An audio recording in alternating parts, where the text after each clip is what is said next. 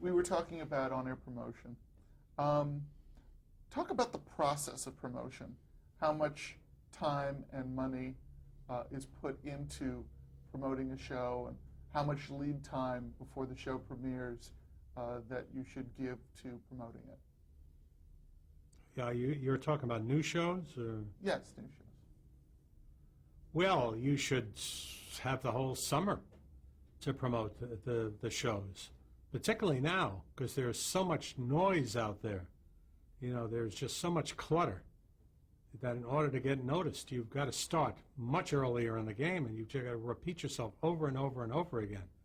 And now using your own airtime is not enough. You've got to go outside. You know, you've got to go to cable, you've got to go to radio, you know, the internet. You use every trick in the book to get people to tune in. I mean, it's very difficult. And you have to be prepared to allocate millions and millions of dollars. I mean, I don't have a percentage, but it's very substantial. Can you recall a specifically successful or satisfying promotional campaign that you mounted to launch a show?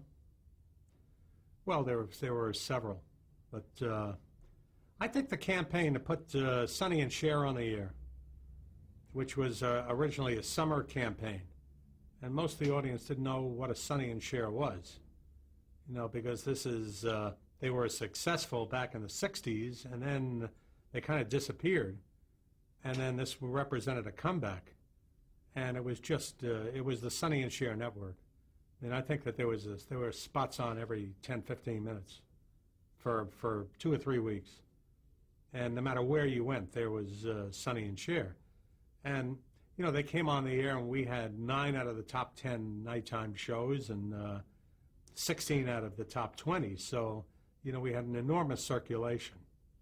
And the show opens just terrifically well. You know, so obviously the audience responded to that promotion. That was basically on our air back then. So that was one instance. You know, we could, with the variety shows, you know, it was much easier to do it because they could not only do lifts from shows, but you could tailor-make promotion, where they could do very theatrical, presentational style spots that were specially made, you know, to be promos. You know, we did the same thing at CBS for the Tony Orlando and Dawn show, which is probably even a heavier campaign than Sonny and Cher. And, I mean, if you Tony Orlando who was Tony Orlando? And went on the air mid-season with a 35 share. So, no, it was very well received. ABC, I think all the shows. And, you know, I think probably the biggest promotion campaign I've ever been involved with was Shogun at NBC, because I was so concerned about the nature of that show, that it was Japanese and that so much of it was in Japanese with subtitles, that I figured, well, we better attract everyone to start off with, because we're going to lose half the audience. You know, I did not have enough faith in it. I was very nervous about that show. So how did you promote it? We promoted it just intensively. Just, you know, there were about 6 different cells for that show. I mean, a love story, an adventure story, an epic. You know, there were different cells. You know, in sports programs, you would have one cell. In Days of Our Lives, there was another cell. And the show opened with a 60-plus share. So, I mean, it did very, very well. And that was a factor of the promotion. Talk about using blockbuster events like the Olympics or Roots to promote other programs. Well, if you have the Olympics or Roots, it's a great idea. You know, that's one of the reasons why networks try to put shows like that on the air, you know, for the promotional platform. But it's tough to come up with events like that. The NBC is very lucky because every 2 years they have an Olympics of some kind for the next 6 years. So, but there aren't that many events now. where you can do that. The days of the big miniseries are over. When was the last 12-hour miniseries? And it's impossible to get those kinds of numbers. Now if you do everything right and you get if you get a third of the audience, I mean, that's magnificent. I mean, nobody will ever get a 60 rating again.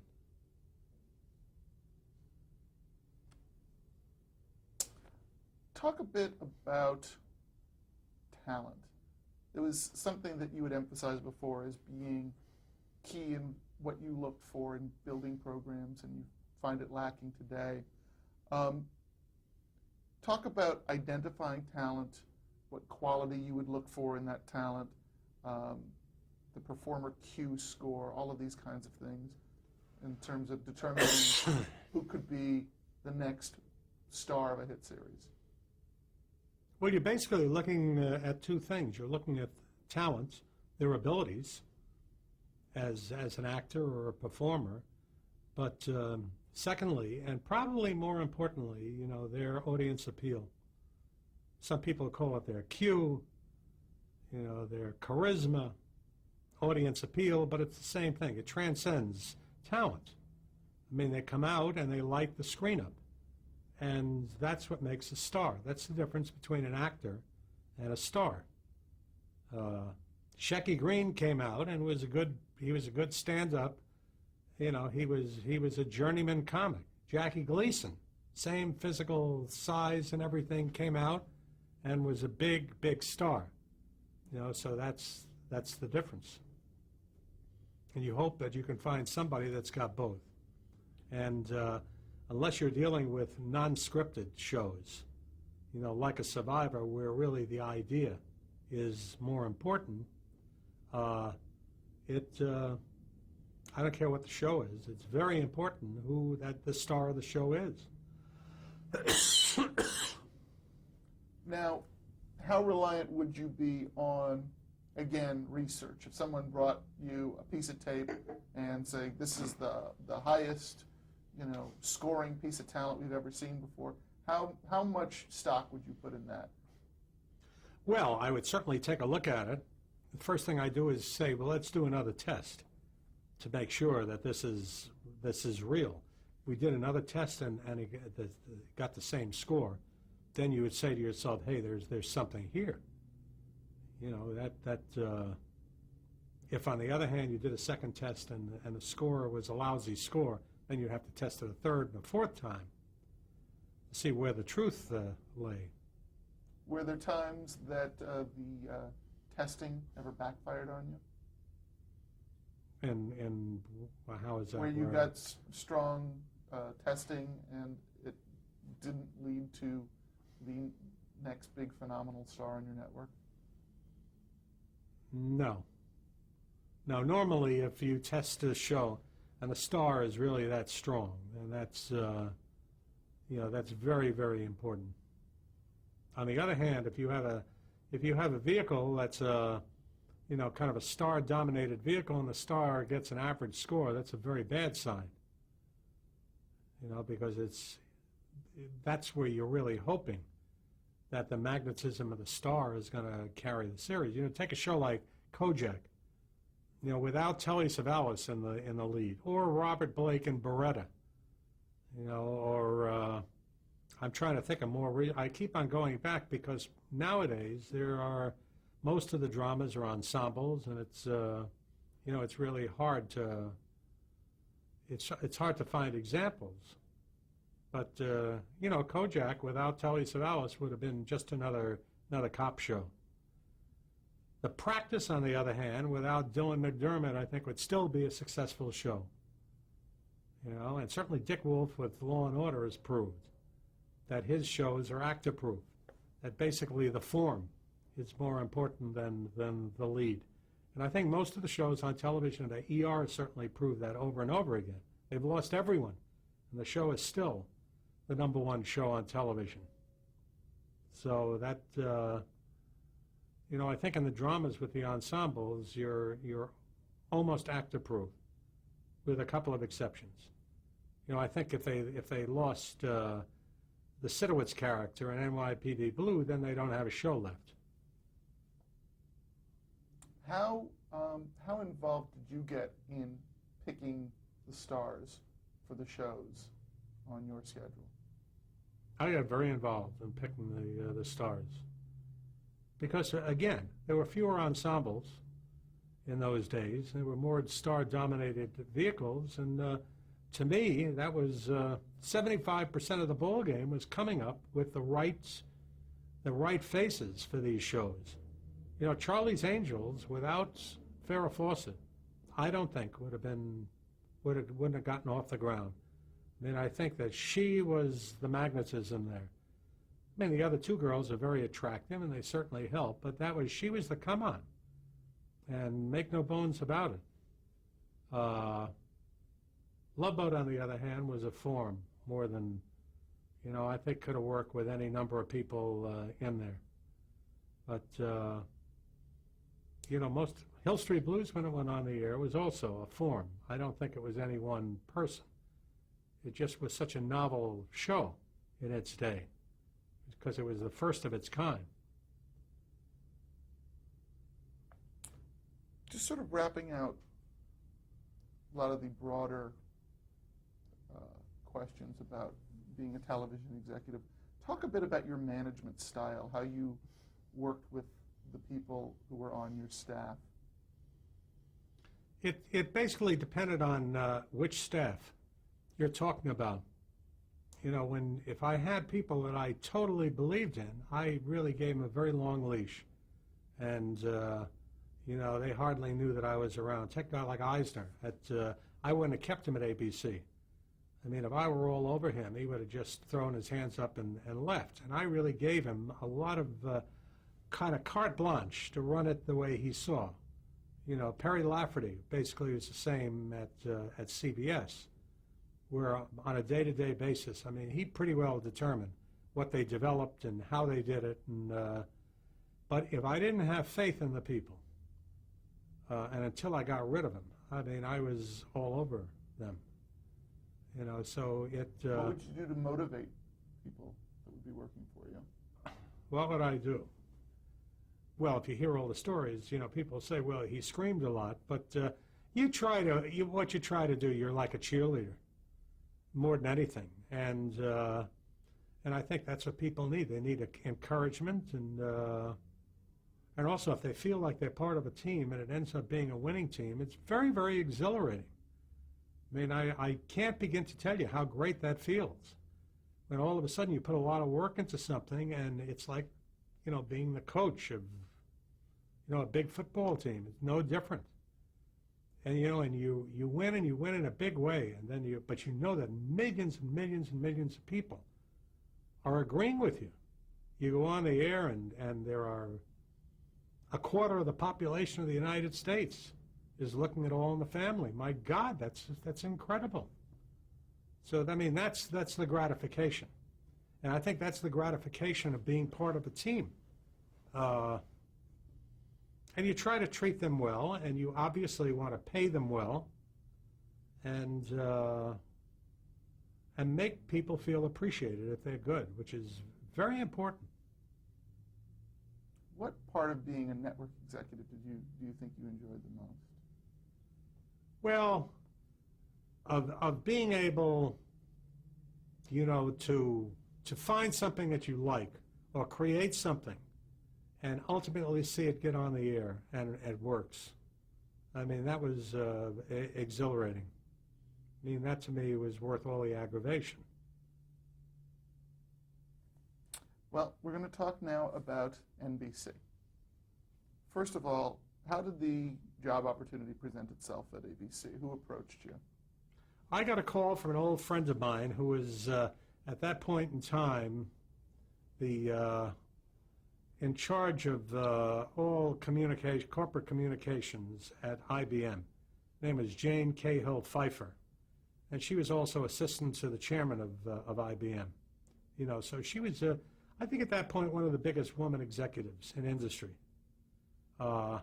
And she said, I want to have lunch with you at the University Club. And I went to see her. I was at ABC at that point. And I I think it was in the fall of '77, and very shortly into the lunch, he said, "Listen, I'd like you to meet Ed Griffiths, who's the chairman of RCA. He's very interested in you coming over to NBC to run NBC to replace Herb Schlosser."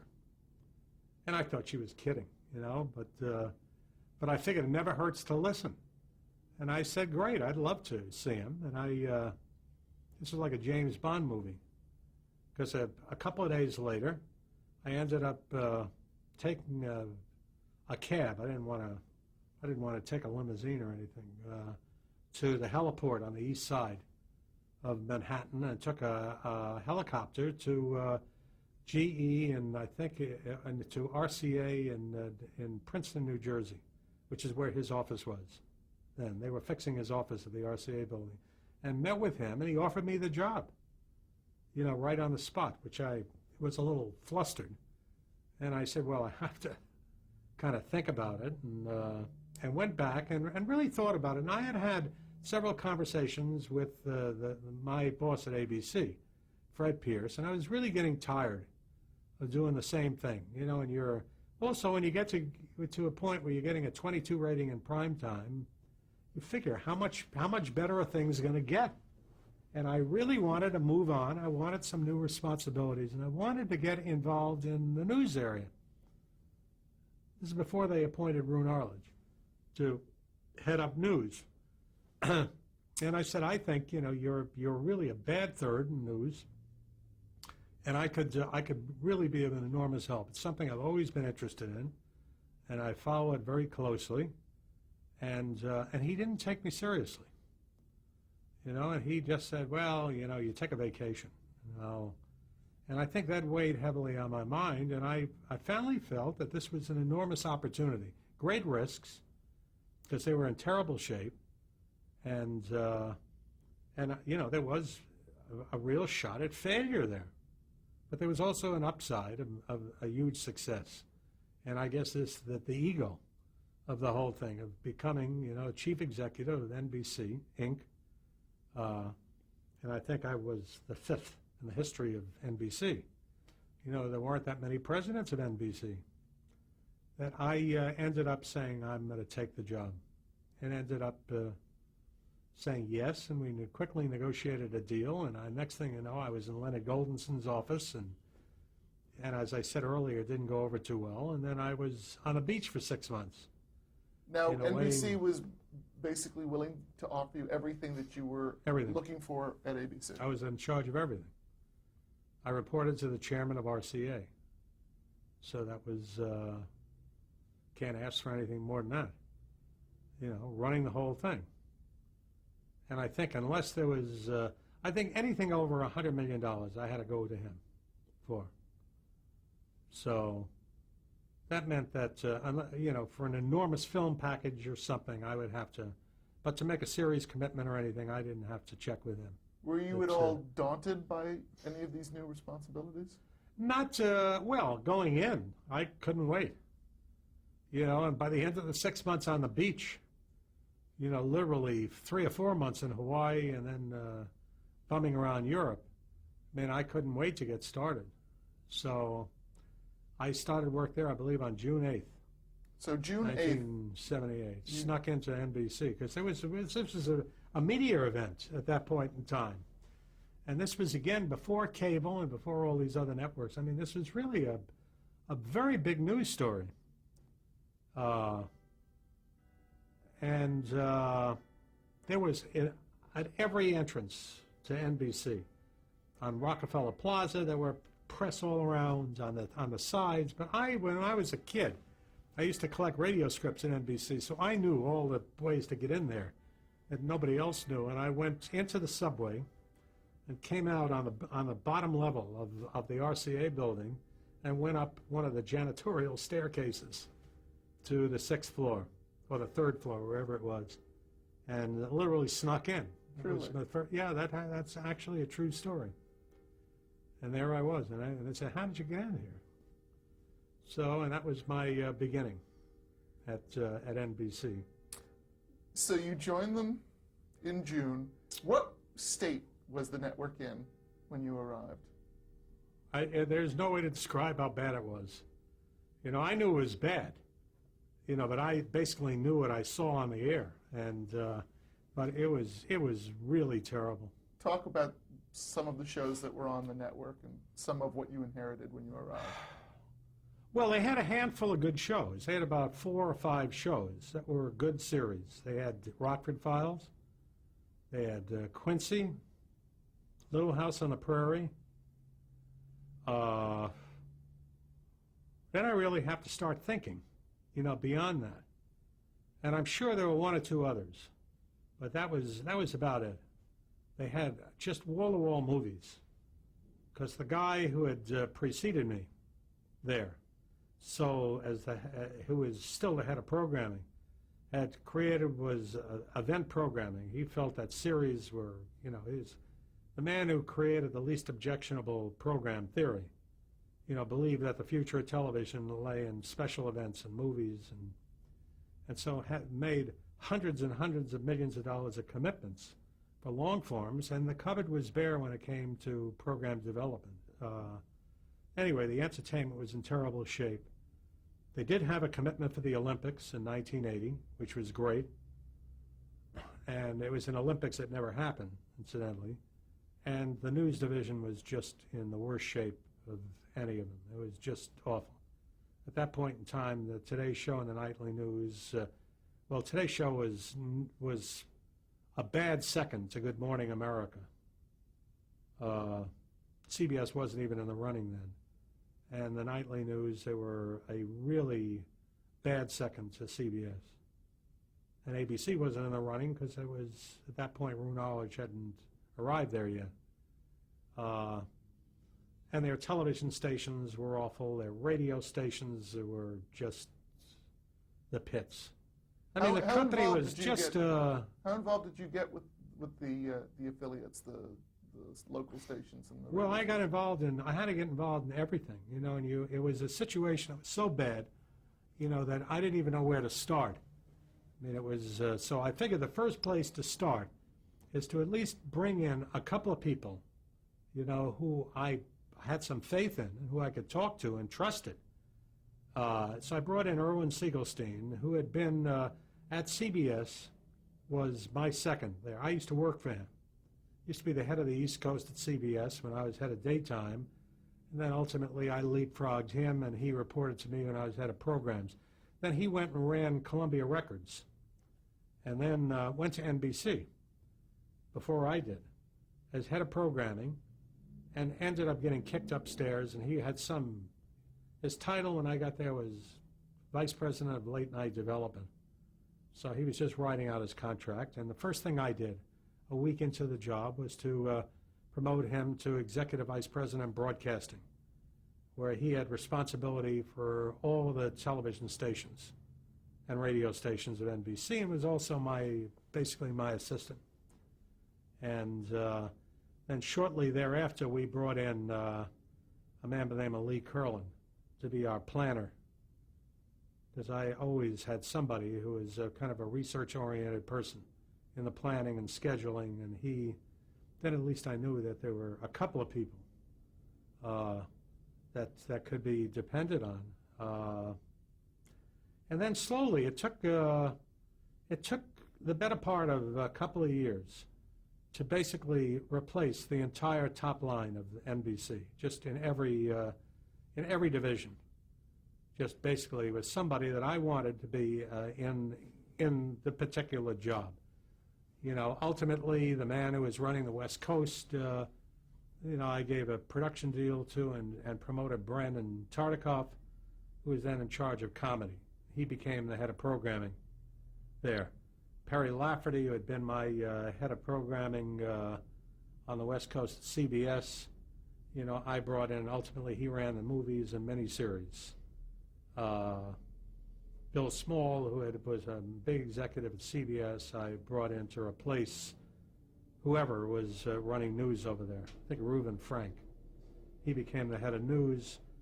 I promoted one of the general managers of our Chicago station to be the head of the company-owned stations, TV stations, brought in new management for radio, AM and FM, and How long did this whole it process? took about 2 years to totally change the top line. And the last one to go on, I think probably singularly the biggest mistake. I tried to make it work with the guy who was the head of programming, Paul Klein. This is the least objective, and I just found that it was impossible to do that. And it's something I should have done the first week, and I waited almost 2 years to get him out of there, and promoted, Brandon to president of NBC Entertainment. Talk a bit about Brandon. What were the circumstances when you first met him? Well, I was at ABC, and one of the guys who worked for me at ABC was originally general manager of WLS-TV in Chicago. Brandon worked for him, and he says, "I want you to meet somebody." So he had Brandon fly in, and I liked him enough that I got him a job in the current program department, where he supervised Eight Is Enough and $6 Million Man and a handful of other shows. How old was he at this time? He was young. He was in his 20s. Kind of reminded me a little bit of me when I started. And he was working in promotion in Chicago, and that's where I started, in Chicago. So, and he did very well enough that he ultimately, Dick Ebersol, was the head of comedy at NBC and offered him a job, and he took the job at NBC, little realizing that shortly thereafter that I would end up at NBC. So he ultimately became the head of comedy at NBC, and then I promoted him. The guy who was running NBC Entertainment, whose name is Mike Weinblatt, was a very nice guy and everything, but he just didn't have the showmanship I thought was necessary at that point, and so I moved him into another area, more on the business side, NBC Enterprises, I think it was, and I brought Brandon in. What did you see in him? What specific strengths? I saw that he was a creative broadcaster, that he had great creative instincts, but he also knew about broadcasting. He worked at television stations, and he knew how the whole thing worked, which is very important. And I thought he would be good, and he also would listen. He was young enough that I asked him to do something, he would question it, but ultimately would do it. He was very, very loyal, and that's what I was looking for. And, initially, for the first year or so, he was like my programming assistant, because I didn't just say, go wave a wand and fix it. I was very much involved in all of it, but left to his own devices, he was very good. I mean, he was the one that shepherded Hill Street Blues. He was the one that ultimately shepherded Real People, and got us involved with some comedy shows like Give Me a Break with Nella Carter and Facts of Life, the spin-off of Diff'rent Strokes, and, so that he started to make things happen. He and the people who worked for him ultimately brought the Charles Brothers and the director, Jim Burrows, who formed a company, to NBC, and that resulted in Cheers. He was the one that made the commitment, major script order for St. Elsewhere. These were all the things that were happening while I was still there, but under his aegis. So it all started to move in the right direction. And he was very, very good. And Grant Tinker, to his credit, when he came in there, recognized it, and he kept him. And he really blossomed. I think we should break for tape here. That was great.